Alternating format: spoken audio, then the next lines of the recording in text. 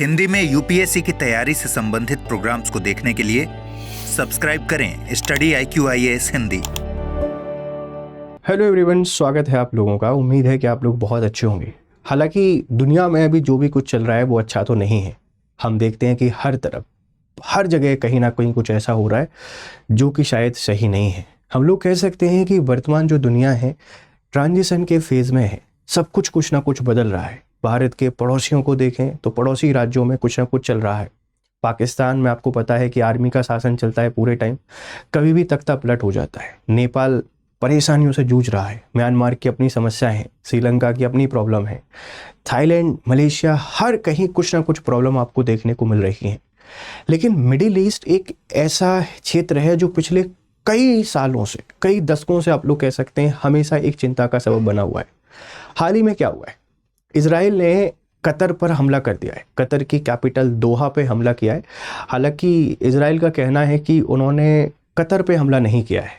उन्होंने जिस बिल्डिंग पे हमला किया है वो हमास के जो लीडर्स हैं उनकी जहाँ पर रेजिडेंट था उस पर उन्होंने अटैक किया है। तो हमने कतर पे तो कोई अटैक नहीं किया है, हम तो हमास को ख़त्म कर रहे हैं। एक मैसेज दे रहे हैं पूरी दुनिया को कि हमास कहीं भी रहेगा हम उसको ख़त्म कर देंगे। तो स्वागत है आप लोगों का। मेरा नाम है गौरव शर्मा। आज हम बात करने वाले हैं मिडिल ईस्ट को लेकर और कतर पर जो अटैक हुआ है इसको जानेंगे कि इजराइल के अटैक के क्या इसके इम्पैक्ट होंगे, यूएस का क्या इसमें रोल है, इंडिया की क्या कहानी है, सारी चीज़ों को समझने की कोशिश करते हैं। सबसे बड़ी खबर तो यही है कि अभी इन्होंने कतर की जो एक मेजर सिटी है दोहा उस पर अटैक कर दिया है। क्या हुआ है, एक इमेज के थ्रू आप समझने की कोशिश करिए। ये एक इमेज है। Hamas claims leadership survive Israel strike on Doha as Trump says US try to warn Qatar. ये एक बिल्डिंग है जहां पर इजराइल का कहना है कि हमास के जो लीडर हैं वो हमास के लीडर बैठ थे, यहाँ पर रुके हुए थे और हमास के जो लीडर हैं ये सीज फायर के लिए बात कर रहे थे ना। सीज फायर जो है आप इसको युद्ध विराम रेखा के नाम से जानते हैं या युद्ध विराम। इस युद्ध विराम की चर्चा पे आए हुए थे क्योंकि बहुत लंबे समय से गाजा पट्टी विवाद चल रहा है इजराइल और हमास के बीच में। इसको समाप्त करने के लिए यूएस के इंटरवेंशन से हम इसको सॉल्व करना चाहते हैं। बट आपको पता है कि यूएस में अभी प्रेसिडेंट डोनाल्ड ट्रंप हैं और डोनाल्ड ट्रंप कभी भी नहीं चाहेंगे कि वहाँ जो एक इस्लामिक रेडिकलिज्म शासन की स्थापना हो, क्योंकि यूएस तो हमेशा से फेवर में रहा है इजराइल के। तो इजराइल के शासन की बात करेंगे। अटैक करने के पीछे का जो कारण बताया है कि हमने यहाँ पर अटैक क्यों किया है, इजराइल कहता है उसके पीछे कारण है कि हमास के जो लीडर हैं, ये हमास के लीडर दुनिया में कहीं भी रहे हम उनको पूरे तरीके से दफन कर देंगे, पूरे तरीके से ख़त्म कर देंगे। और पूरी दुनिया को एक मैसेज दिया है कि इजराइल से टकराने की कोशिश की है हमास ने। उन्होंने एक रेफरेंस भी दिया है कि 2023 में एक अटैक हुआ था, उसके बाद इजराइल में भी रिसेंटली भी आपको एक अटैक देखने को मिला। इन सब के पीछे हाथ किसके हैं? हमास के हैं और कोई हो ही नहीं सकता। तो हमास अगर हम पे आतंकवादी हमले कराएगा तो हम शांत कैसे बैठ सकते हैं? इसीलिए हमास की लीडरशिप जहाँ भी रहेगी हम उसको तहस नहस कर देंगे। ये इजराइल का मिशन है और नेतन्याहू ने इसकी पूरी रिस्पॉन्सिबिलिटी भी ली है। कतर को यूएस नहीं बताया है कि हाँ भैया आपके ऊपर अटैक किया है, और अटैक किसने किया? इजराइल ने। कतर की क्या गलती है? क्योंकि कतर पर अभी ईरान ने अटैक कर दिया था, कतर पर अभी इजराइल ने अटैक कर दिया है। आप मुझे बताइएगा कि ऐसे क्या कारण है कि जिसके कारण कतर पर अटैक हो रहा है। हालांकि अभी अटैक का कारण तो सबको पता है कि हमास के लीडर यहाँ पर रुके होते इसलिए उन्होंने अटैक कर दिया है, ठीक है, ध्यान रखिएगा। तो ये जो संघर्ष है मिडिल ईस्ट का ख़त्म ही नहीं हो रहा है और इसके पीछे जो रीजन है वो एक ही क्षेत्र है जिसको आप लोग जानते हैं गाजा पट्टी विवाद। ये गाजा पट्टी विवाद, और ये गाजा पट्टी विवाद में दो धर्मों की लड़ाई है, दो विचारधाराओं की लड़ाई है। एक तरफ आपको पता है कि रेडिकल इस्लाम है, रेडिकल इस्लाम, और रेडिकल जो इस्लाम है इस इस्लाम को लीड कर रहा है हमास, है ना। आपने बहुत बार नाम सुना होगा इजराइल फिलिस्तीन संघर्ष। हमास का रूल जहाँ पर है वो इसको लीड कर रहा है और इनको ऐसा लगता है कि पूरी दुनिया में सिर्फ और सिर्फ इस्लाम का रूल होना चाहिए। इनके हिसाब से इजराइल एग्जिस्ट ही नहीं करता, उसको करना भी नहीं चाहिए। और दूसरी बड़ी जो पावर यहाँ पर है वो है इजराइल। इजराइल की भी अपनी एक संघर्ष की कहानी है। 1949 से पूरे दुनिया के जितने भी जो दुनिया में फैले हुए थे इजरायली सब इकट्ठे होते हैं और एक देश को इतना महान बनाते, इतना मजबूत बनाते हैं। तो यहाँ विचारधाराओं की लड़ाई चल रही है, ये कभी ख़त्म नहीं होने वाली। आप कितनी भी पीस एग्रीमेंट करा लीजिए, कितनी भी बातें करा लीजिए, क्योंकि इनको प्रोवोक करने वाले लोग हमेशा हैं। जैसे डोनाल्ड ट्रंप के आने से पहले शांति की शुरुआत हमको देखने को मिल रही थी कि हर जगह शांति चल रही है, लेकिन दूसरे टेन्योर में जब ये आए हैं, अमेरिका फर्स्ट को प्रमोट करने के लिए, अपने वेपन एक्सपोर्ट को बढ़ावा देने के लिए ये दुनिया में कुछ भी करा रहे हैं, कहीं भी कुछ भी चल रहा है, इन सब के पीछे जो एक ही वजह, दो ही वजह निकल के आती है। ये इनका आपसी मामला तो है ही, वो बहुत टाइम से चल रहा है, काफ़ी लंबे समय से चल रहा है, लेकिन अभी जो पूरी दुनिया में एक तरीके की उथल पुथल उठी हुई है हर जगह, उसके पीछे कारण मुझे सबसे बड़ा व्यक्ति लगता है डोनाल्ड ट्रंप।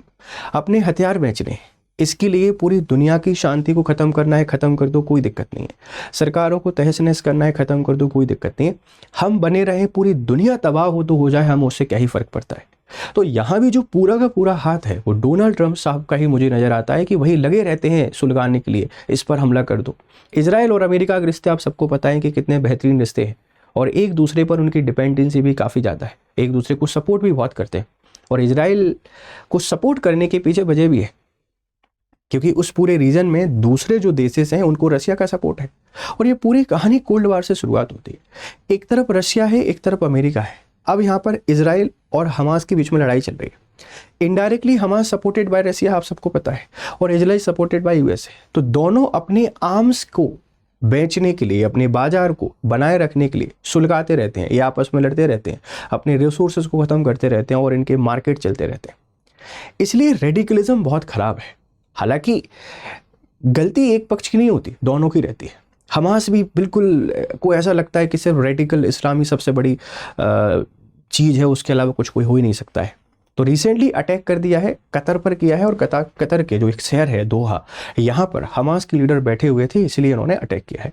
कारण वगैरह उन्होंने सब कुछ यहाँ पे बता दिए। पूरी एशिया की कहानी देख लीजिए, यहाँ ये इतने से ये देश यहाँ आपस में लड़ने लगे हुए हैं।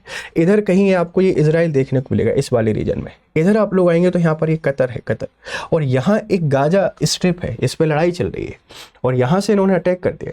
हालांकि जो मुस्लिम कंट्रीज़ हैं, ये मुस्लिम कंट्रीज़ भी अब इसका विरोध कर रही हैं, क्योंकि इजराइल ने जो अटैक किया है वो वॉयलेशन ऑफ सॉवरेनिटी है।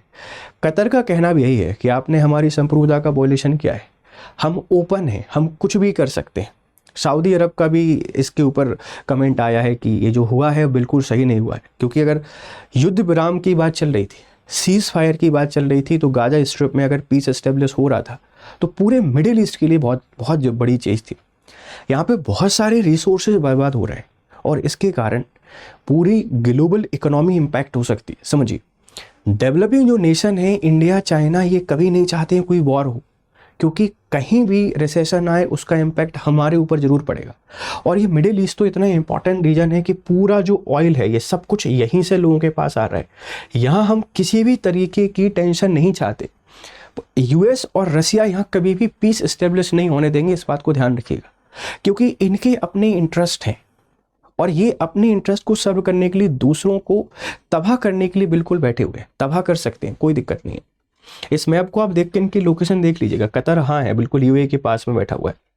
जॉर्डन है, कुवैत है, ये इजराइल की हम लोग बात कर रहे हैं। इसके पास में टर्की आपको दिखाई देगा, सीरिया, लेबनान, इराक, ये सब आपस में लड़ते रहते हैं। इधर ये ब्लैक सी देखने को मिलेगा, फिर कैस्पियन सी है। अब इंडिया को समझने की कोशिश कीजिए। यहाँ पर इंडिया के साथ बड़ी परेशानी है। क्या परेशानी है? इजराइल से हमारे स्ट्रेटेजिक रिलेशन काफ़ी अच्छे हैं। अब इजराइल के यरूशलेम पे अटैक हुआ तो पीएम मोदी ने उसकी निंदा की, ये सही नहीं है, क्योंकि हम आतंकवाद के हमेशा खिलाफ हैं। हमास जो कर रहा है वो टोटली टेरर एक्टिविटीज़ है, तो हम वहाँ सिंपैथी शो नहीं कर सकते कि हमारी सिंपैथी, क्योंकि हम किसी भी रूप में आतंकवाद को एक्सेप्ट नहीं करते हैं। अगर आप उनको सपोर्ट कर रहे हैं तो पाकिस्तान फिर गलत है ही नहीं, क्योंकि पाकिस्तान भी तो यही करता है। तो भारत के साथ दिक्कत है कि इजराइल हमारा क्या है सर, इजराइल के साथ हमारे स्ट्रेटेजिक रिलेशन बहुत अच्छे हैं, वेपन्स डील काफ़ी अच्छी है।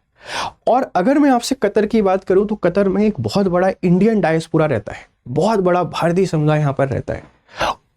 और कतर के साथ हमारे पेट्रोलियम एंड जो नेचुरल गैस है उसकी भी बहुत सारी डील है। अब कतर की गलती क्या है कि ये सीज फायर की बात कराने के लिए हमास के लीडर यहाँ पर बैठे हुए थे। हालांकि मिडिल ईस्ट के जितने भी देश हैं डायरेक्टली इनडायरेक्टली हमास को सपोर्ट करते ही करते हैं, ओपनली नहीं करते, क्योंकि कोई भी अपने ग्लोबल रिलेशन को खराब नहीं करना चाह रहा। तो भारत के सामने भी संकट है, तो भारत को यहाँ न्यूट्रल रहना चाहिए। भाई अपना आपसे का मामला है, आप इसको निपटिए। हाँ, लेकिन आतंकवाद के हम पूरे खिलाफ हैं। आप किसी भी तरीके का आतंकवादी घटना करेगा, कोई भी करेगा, हम उसका कभी सपोर्ट नहीं करेंगे, ध्यान रखिएगा। तो ये पूरा सिनारियो चल रहा है। अब इसके ग्लोबल इम्पैक्ट क्या पड़ेंगे हमको देखने को मिलेंगे, ये लड़ाई कितनी और आगे बढ़ेगी, कतर क्या रिटायलेट करेगा, क्या इसके और परिणाम आएंगे, सारी चीज़ें हमको बाद में ही पता चलेंगी। पर फिलहाल सच यही है कि हमास और इजराइल के बीच में जो सीज फायर होने की बात है, मुझे नहीं लगता कि डोनाल्ड ट्रंप के रहते रहते वो हो पाएगा, क्योंकि उसको लग रहा है कि मुझे पीस प्राइज तो मिलेगा ही नहीं, अब मैं क्यों शांति वार्ता करवाऊँ, क्यों ये कराने की ज़रूरत है। तो लेटेस्ट अपडेट यही है, इस बात को थोड़ा सा ध्यान रखिएगा। और भारत के सामने थोड़ा सा संकट है ना, भारत के सामने थोड़ा सा संकट है। ये एक मैप के थ्रू आप इसको और बेहतर तरीके से समझ सकते हैं कि दिस इज़ योर कतर, यहाँ वाली कहानी, और ये हमारा इजराइल है, इजराइल, और ये गाजा पट्टी विवाद है, और इसी को लेकर पूरी लड़ाई चल रही है। ये पूरी लड़ाई सिर्फ इस पट्टी की है, रेडिकल इस्लाम वर्सेस इजराइल की लड़ाई बहुत लंबे समय से चल रही है। और इसको लीड कौन कर रहा है? हमास, एक बहुत बड़ा टेरर ग्रुप है, बहुत ही बड़ा आतंकवादी संगठन है, ध्यान रखिएगा। अब हम इस पूरी कहानी को थोड़ा सा और समझते हैं। ये सारी बातें मैंने आपको बता दी हैं कि क्या यहाँ पर हुआ है। थोड़ा सा हम लोग इसके हमास के बारे में जान लेते हैं कि हमास क्या है। हरकत अल मुकम्मला अल इस्लामिया, इस्लामिक रेजिडेंट्स एक मूवमेंट है, ये पूरा इस्लाम पे आधारित है, और ये इस्लामी कट्टर इस्लाम आप जिसको कहते हैं उसकी विचारधारा को मानता है। स्थापना 1987 में पहला इंतफादा है ना, पैलेस्टीन अपराइजिंग के दौरान, पैलेस्टीन का अपराइज हुआ तब इसकी स्थापना हुई 1987 में। संस्थापक थे शेख अहमद यासीन, अब्दुल अजीज अल रंतीसी और अन्य। विचारधारा इस्लामी कट्टरपंथ है ना, सुन्नी इस्लामिस्ट हैं। इजराइल का विनाश और फिलिस्तीन में इस्लामी शासन की स्थापना करना, ये इजराइल के ख़त्म करने के लिए इसकी स्थापना हुई थी। स्थिति गाजा पट्टी में स्थित है, और वास्तविक शासन 2007 से ये यहाँ पे शासन कर रहे हैं। 2023 में अभी और ज़्यादा इन्होंने अटैक करके वहाँ पे कब्जा कर ली थी, तो वहाँ तब से कॉन्फ्लिक्ट आपके और चले आ रहे हैं। तो 1987 से इसकी स्थापना हुई। कहाँ पर ये अवस्थित है, इसकी विचारधारा क्या है, ये क्या करना चाहते हैं, सारी बातें यहाँ पे क्लियर है। अब मध्य पूर्व की भूमिका की बात करते हैं। देखो, ईरान हमास को हथियार और प्रशिक्षण और धन देता रहता है। ईरान भी नहीं चाहता कि भाई आप यहाँ पे शांति स्थापित करो, क्योंकि हमारा भी अपना एक मार्केट चलता रहेगा। कतर राजनीतिक समर्थन व वार्ता मंच, कतर इसको पॉलिटिकल सपोर्ट करता है और एक मंच देता है बात करने के लिए। मिस्र गाजा सीमा पर नियंत्रक है ना, रफा क्रॉस, और तुर्की राजनीतिक समर्थन देता है। ये पूरी मिडिल ईस्ट की थोड़ी सी कहानी है। ये खबर आपको कैसी लगी हमको जरूर बताइएगा। मिडिल ईस्ट में संघर्ष और उसके समाधान के प्रमुख जो रास्ते हो सकते हैं उन पे आप चर्चा कीजिए। ऐसे करके क्वेश्चन आपसे कोई पूछ सकता है। इजराइल की लोकेशन से क्वेश्चन बन सकता है, कतर की लोकेशन से क्वेश्चन बन सकता है, हमास से क्वेश्चन बन सकता है। इसके जो इम्पैक्ट हैं पूरे वर्ल्ड पर क्या हो सकते हैं, इस पे क्वेश्चन बन सकता है। एक बहुत ही शानदार इन्फॉर्मेशन आपके लिए थी। आप किसी भी एग्जाम की तैयारी कर रहे हैं, आपके लिए एक बहुत शानदार ऑफर है। अभी हमारा एक सेल चल रहा है जिसकी प्राइजेस 12 अगस्त से बढ़ने वाली हैं। आप यूपीएससी की तैयारी कर रहे हैं, आप ऑप्शनल की तैयारी कर रहे हैं, आप स्टेट पीएससी जुडिशरी, ये कोड यूज़ कीजिए जीएस लाइव, और जुड़िए हमारे साथ, बेहतर तरीके से प्रिपरेशन कीजिए। इसी के लिए साथ में अगर आपको कोई अपडेट चाहिए तो मेरा टेलीग्राम चैनल है, आप इससे जुड़िए और पाइए नई नई update. Thank you very much for discussion. Have a nice day, good day.